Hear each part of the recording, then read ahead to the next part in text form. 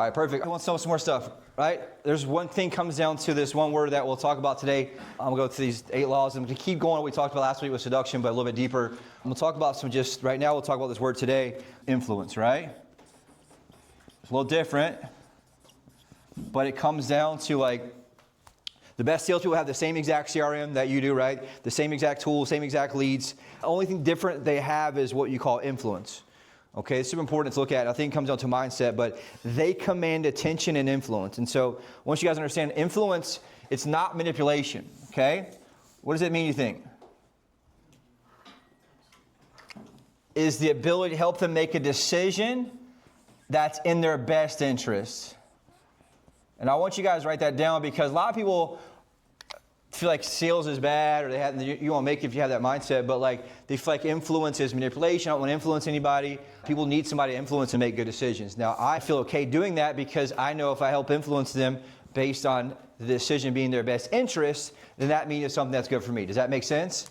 And so once you guys write that down, influence is the ability to influence somebody to make a decision in their best interest. Because here's why. I want you guys to understand, everybody agree that humans are naturally resistant, right? And you go into the stores, you walk in, they say, hey, can I help you? What do you say?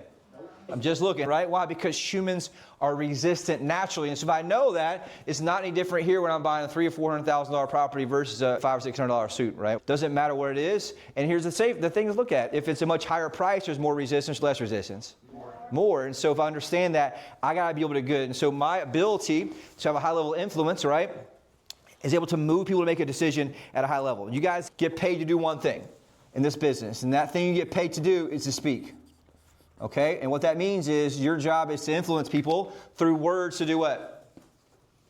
Make decisions. That's all it comes down to. But we tend to overcomplicate that. If I can speak, right, the better I speak, the more money I make is simply how it works. And so I'm going to kind of break down some psychology for you. 1967, the whole game of sales changed. There's this guy named Albert. He did a massive study on influence. And it changed the whole way that people looked at sales. Everyone up to that point felt that sales was just simply advertising and words, right? The formula came down to 7, 38, 55. Anybody know what that means? 7% of sales and communication comes down to what? The actual words you say. So it comes down to communication. Only 7% is the actual word you say. So what does that mean? So here's what you guys look at this part. This changed me. This is why I'm teaching it. It's how well do you have your scripts down? That's the key thing, right? And so the 7% of communication is not necessarily the words, but it's how well do you have your scripts down. So what that means is if I don't have my scripts down in terms of my objection handlers and my actual scripts, guess what? You're not influencing anybody. You're basically you're kind of ruining the whole 93%. And this is a way to look at it differently. Yes, 7% are words, but the problem is if I screw the words up, guess what I get? Nothing. And so one thing that really kind of went through this, and Bill taught me this initially, is that you got to be really good at the 3 a.m. test. What does that mean? If I call you 3 a.m. in the morning and say, Joe, give me the buyer script right now, do you nail it or do you not nail it, right? Hey, Joe, so you got to think about 3 a.m. Do you nail it, not nail it? That's what you got to be good at, and you got to kind of score yourself on like, how well do I have this part down? This is the foundation. And so only 7% of the whole communication process is the actual words. Now here's the crazy part. If I don't have the words down, what do I have? Nothing. It's the foundation. Because this still matters. But the crazy part is, and I'll explain to you why in a minute, what that means. Because here's the crazy part. When you're thinking about what you're saying next, right, you cannot feel the room. You cannot feel what's going on. So if I'm thinking about the words I'm saying, which is only 7%, what happens to the rest of it? I have none of it. Okay, which is the crazy part. 38%, what do you think 38% is? Tonality. It's the words I say. So that's the tonality in terms of the communication, my way on my phone, the way I talk, the way my words come out. And here's what happens. So if I'm thinking about what I'm saying in my objection handling, what do you think my tonality is? Good or bad? Bad. And so this is the problem. This is a big aha for me. And I want to teach you today because of this exact reason. 55% is what? Body language. And so what does that mean? They're watching the way you carry yourself. They're also watching how your body reacts to what they're saying. And so this is a really good example. So if you're face to face, their subconscious is scoring your subconscious. Does that make sense? They don't really know what it is. They're not really able to put it into words. Their spider sense is watching you, reading you, and how confident you look and how confident you come across, and they're scoring you based on, can I trust this guy or trust this girl? That's it. Now, what is my energy going to be like if I'm trying to remember my next word? What's my energy going to be like if I'm trying to overcome the objection? Not going to be able to handle it, right? So now I have no words and no body language. Does it make sense? And so what was the biggest aha here is that most people can't get past the 7% because they can't pass 3 AM tests. So what that means is they, in essence, lose 93% of the influence because they're still stuck in the first part, which is 7%. That was my aha. I'm like, wow, that's a great way to kind of look at it, because what's happening is you're so focused on thinking about the next word, you can't think about how to operate in tonality and body language to react to them in terms of how they're saying it, or what they're saying to you, or what their objection is, or what their situation is. Does that make sense? And it's true. And so this only comes down through one thing, which is what? Practice, practice, practice, practice. And this is not just the script part. That's the easy part to get down. And the problem is that's where most people stop. And so what happens is the reason you can't overcome the objection, because you're so worried about thinking about what the next words are. I want you guys to write this down. Discipline gives you options. Options give you choices. And those choices give you freedom. The most important thing I want you guys to take away is 3 AM test. If somebody calls me and say, give me the buyer presentation, right? Most of you aren't going to pass that. And so if I'm doing that, I'm already losing 93% of the influence with the client. Make sense? And so this is a big aha of like, all right, this has got to be the given, because you got to be able to think about what? My tonality, my speed. I'm reading the person. Are they super fast, deep personality? Are they from up north? They want me to go faster? I need to slow down a little bit, right? You got to understand and be able to read the room. But if I'm thinking about the words the whole time, guess what I can't do? Read the room. And so it's very important for me to understand that in terms of my influence with them, which is very, very important. And so here's the crazy part. You got to have the scripts down and got to practice. What if somebody says, well, I don't like scripts? What's the argument? Anybody think that way? Right? Shouldn't work for sure. But like this, let's break it down, right? So what does a pilot do when they get into an airplane? They follow a checklist, and then what do? Follow the checklist. Oh, Tim knows about this, right? Then what do you have after the checklist? What do you got to file? Then you got to check all your controls, make sure they're working. Yeah, but then before you take off, what do you got to do? Before you even get in the plane, what do you got to do? Flight plan. And a flight plan is what? It's your script. Flight plan is a script, right? Here's my altitude. Here's where I make my turns at. Here's my vectors and how I do things. Here's all the stuff. So my flight plan, which is also your script. Everything you do at a high level has scripts. Why? Because it comes down to humans and how well humans execute, because if I operate in the free flow is where you get killed. And so anybody who has resistance to scripts, it just means they're not willing to practice and learn the scripts in the same way. Why? Because I understand psychology and how people work, and it's controllable that I can control to be able to adjust on the back end to figure out what needs to change. Does that make sense? And so scripts control the 80% of the variables, and then I got to be able to be good enough to operate there. What's the other 20%? Those are objections, resistance, situations, my pain, right? Whatever it is, that's where everything else comes in, and I can be able to adjust based on that. But the scripts is what gives me the foundation to make sure I can operate from that situation. Does that make sense? And also, two, you got to understand, okay, look, communication, I've said this a million times before, communication is the transference of energy between two people. What does that mean? Based on the energy that you give off, not the words you're saying. Yeah, they're feeling you the whole time, right? Can I trust her? Can I trust him? Is what he's saying, he actually believe it? Do I believe what he's saying? They sense that you don't believe in what you're saying because you haven't really practiced it enough, or you don't seem certain enough of it, because they're judging you subconsciously. And so if I'm uncertain in my next word of what I'm going to say, what do they feel the uncertainty is about? You and the product. Even though it's not about you and the product, you just don't know what to say next because you haven't practiced enough. Does that make sense? And this could also be in the overcoming the objection. This could be in the price reduction process. Whatever it is, that's kind of something you got to understand. And so what I want you guys to do is be so good at this part, I can spend most of my time here being aware. Most people aren't aware of their tonality until they do what? Record it and listen to it. But it comes down to understanding psychology and having the willingness and the ability to do what? Practice and understand it. Now here's the crazy part. This is not just practice the words, understand the psychology of what's behind it, which makes a big difference. And so I'm going to teach you guys a couple things today. The 8 laws of influence. I taught them years ago a little bit. I never actually gone all the way through them. We'll kind of go through different ones today to help you a little bit. I'll go for like the first 3, I think. But I really want to get to this thing about collision, which will help you guys. There's 8 laws of influence. Law number 1, called the law of certainty. Why do you think that's number one? You're not certain nobody's going to follow you. That's the number one thing they're scoring you on. And so that's why it's important to start a little bit lower price in the beginning, because the higher price is more sophisticated, more difficult, right? It's important. But I want you guys to write this for the law of certainty. I need to memorize, rehearse, and internalize all my dialogues until I have the 7% down. And memorize, rehearse, and internalize my dialogues until I have what? The 7% down. Like a little bit or a lot?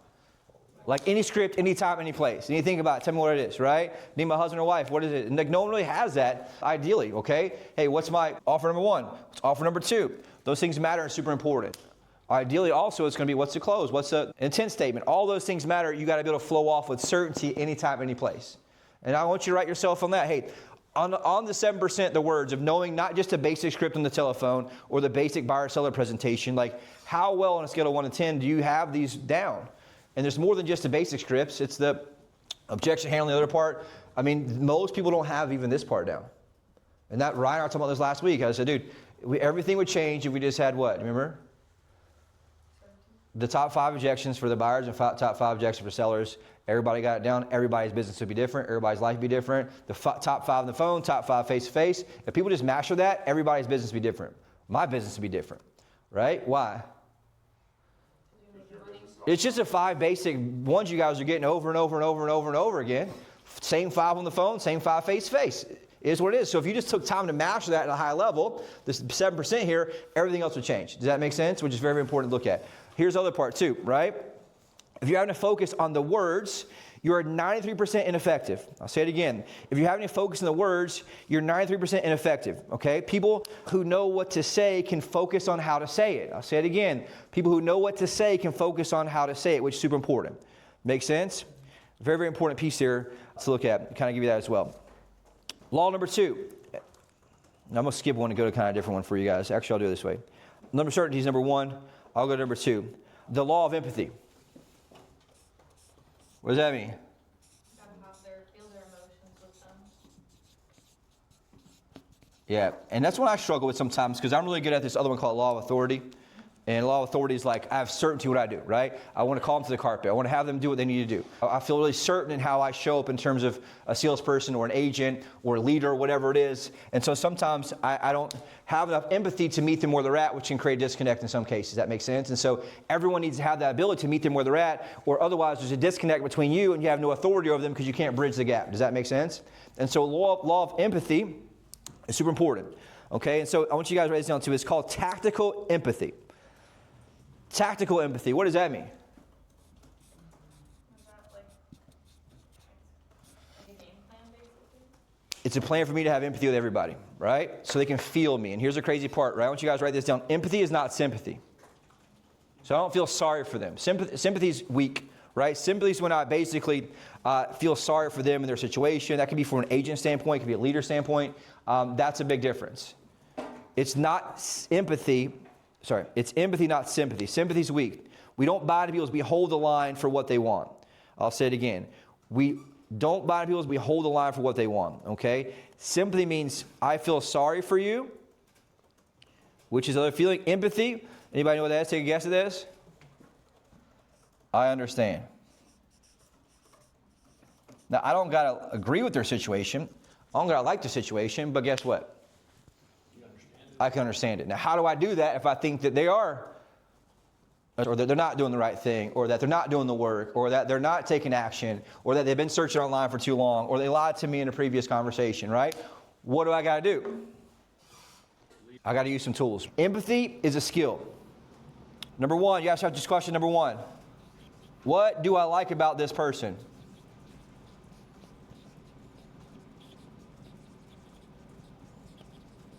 And so now, if I know somebody's from a certain state, I automatically link them in my head. Take my good friend, Jason Bramlett, who lives in North Carolina. Now, all of a sudden, I have what? An appreciation for them just based on location. I do it no matter what state they're from. Hey, my good friend, Rob, he's from New Jersey. I text a message to a guy that wouldn't respond to me. He responded, hey, you know my buddy Rob? He's one of the top agents in New Jersey. Now, all of a sudden, what do we have? Connection. And that's through empathy. And so I use that empathy to bridge the gap between me and him. Does that make sense? And it's super important. So I want to find what do I like about it. So they have kids. I have kids. right? They are business owner, I'm a business owner. Whatever it is, you got to be good at doing what? Strategically and tactically doing what? Finding ways to create empathy. Because people like them. And if they feel you're like them and you could connect that way, they're going to like you more, which means you have more what? Number 2, what do I appreciate about this person? What do I appreciate about this person? What is the difference in those two, you think?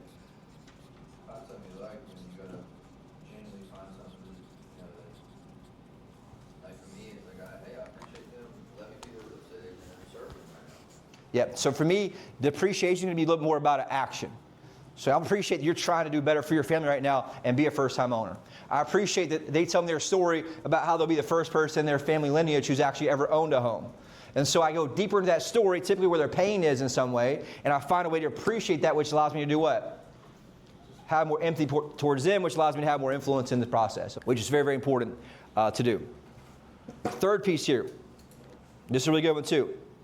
How are we similar? How are we similar? So how will you do that? That's going to come in the intro part, right? In my discovery. Now, if I'm in a listing presentation, what can we do there, Jeremy? You're looking around first, when I pull in, I'm looking at their cars, what they drive, what stickers they have.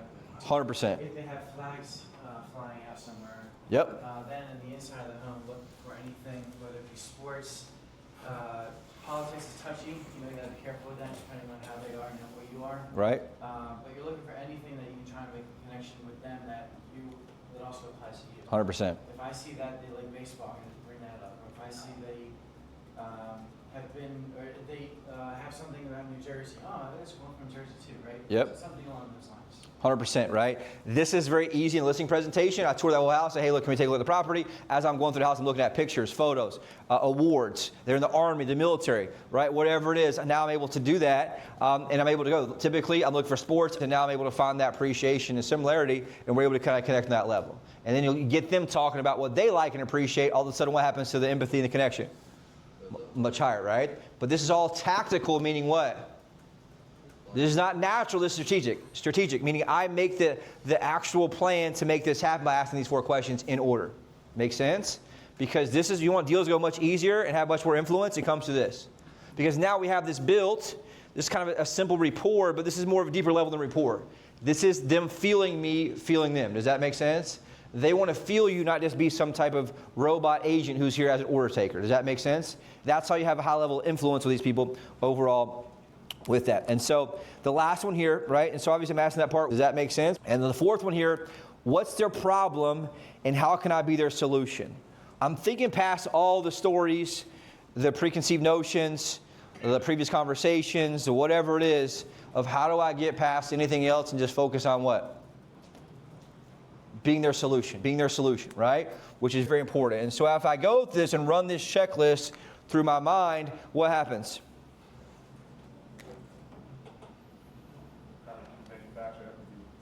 I manufacture empty, right?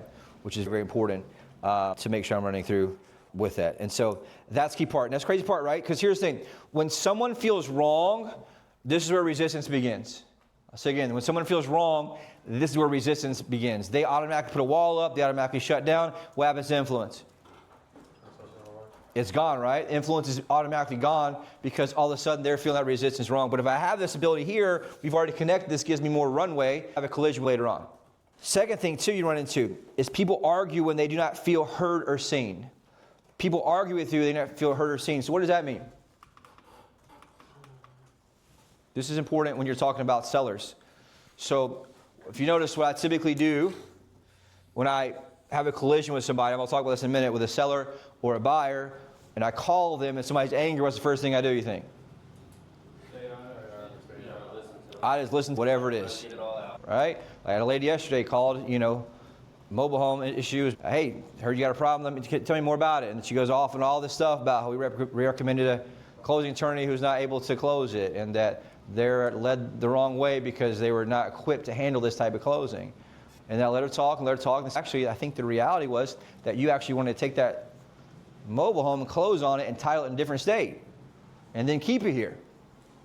And that would be what? Illegal. So there's no attorney that's going to do that for you, right? So guess what changed then? The whole conversation.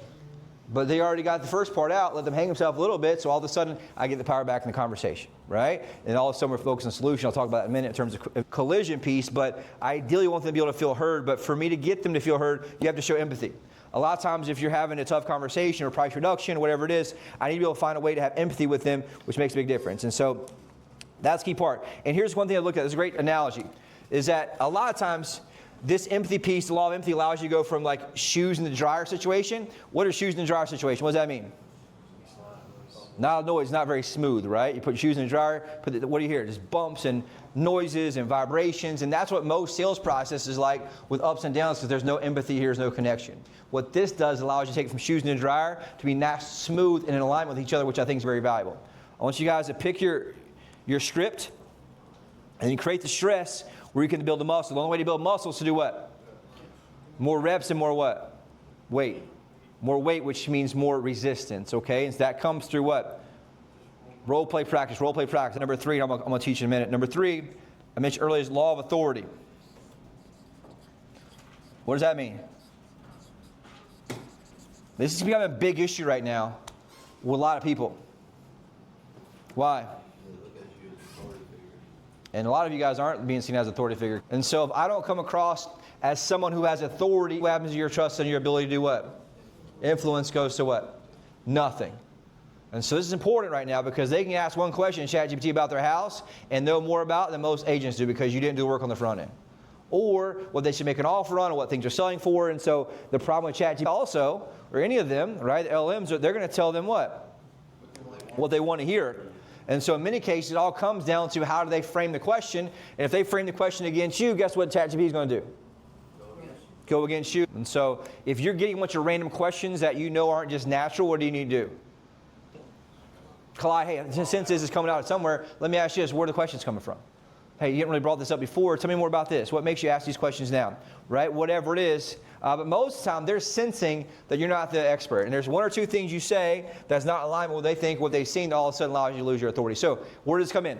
Number 1, I'll talk about this a little bit later. There's another law with this. Number 1 is going to be energy. Right? You have to have certainty and confidence, which comes here with practicing so they can read this law. They need to see you as the authority. Number 2, what's the next one you think? Market knowledge, right? You have to be able to know and have certainty in the market. Also, like there will be things like data, like the micro market, which is like, hey, what's happening in our MLS? What's happening in each zip code? Those are things that matter in a big way. And I'd also say, so I'll put micro and macro here. Micro is like their zip code, their neighborhood. Macro are things like the general marketplace as a whole, or also the entire country right now. So right now, there's a big issue, I feel, with the macro market that we want to make sure we're addressing with the client. Make sense?